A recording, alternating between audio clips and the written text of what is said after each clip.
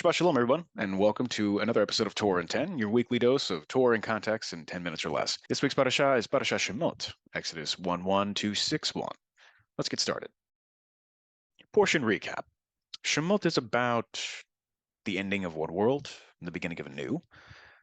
It does seem that way quite explicitly once we start reading the text. Throughout the first 6 chapters of Shemot, it has outlined the suffering of the Hebrews.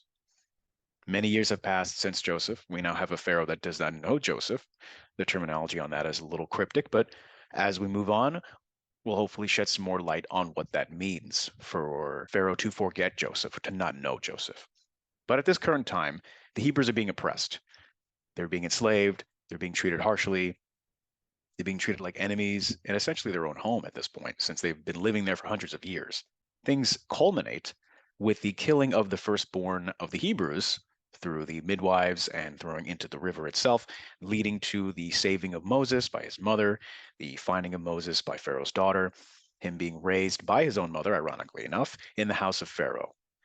The house of Pharaoh has a lot of implications that no one really seems to speak about, in that Pharaoh taught Moses everything he would have taught his other sons: how to be influential politically, how to rule, how to be a royal, how to treat other royals, how to operate in this political sphere of influence that you would only find in the house of Pharaoh or in the house of the other kings of that time. So Moses is being put in a really unique position so that when he returns, he'll know the protocol and he'll know how to operate in this murky world of ancient intrigue and political dissidence. That's what's going on right now in Egypt and, in fact, all over the world. However, that's getting a little ahead of ourselves. At this current time, the children of Israel are being oppressed. Moses is raised up.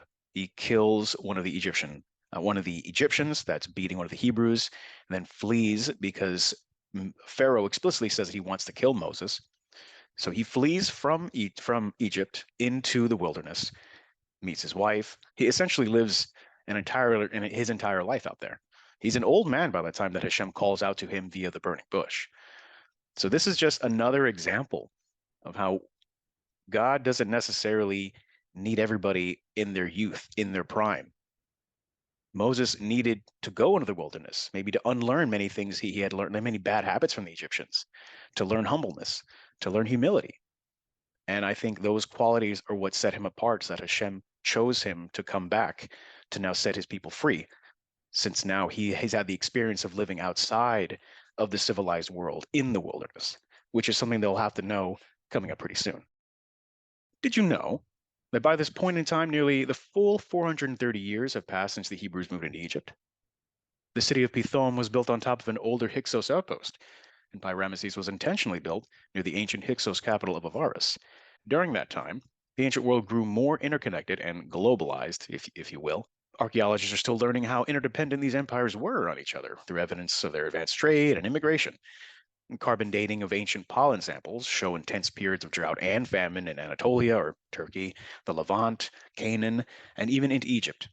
And paleoseismology from the surrounding regions of the Mediterranean show intense and catastrophic earthquake activity during an extremely short span of time. Really mysterious what's kind of going on, but it's all going to pull together soon. Beyond the events of Shemot, after hundreds of years of stability in the region, several empires begin to experience civil upheaval in their borders and internally. As issues compound on the global trade system, it becomes more and more difficult for each empire to support each other as they previously did in their interconnected web of alliances and trade agreements. The ancient world order is in an extremely delicate balance, just as Moshe is called to return to Egypt by Hashem. Question time. What time period do you think the Exodus took place? Who do you believe was the Pharaoh at that time?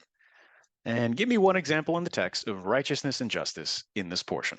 Good luck, good studying, and Shabbat Shalom, everybody.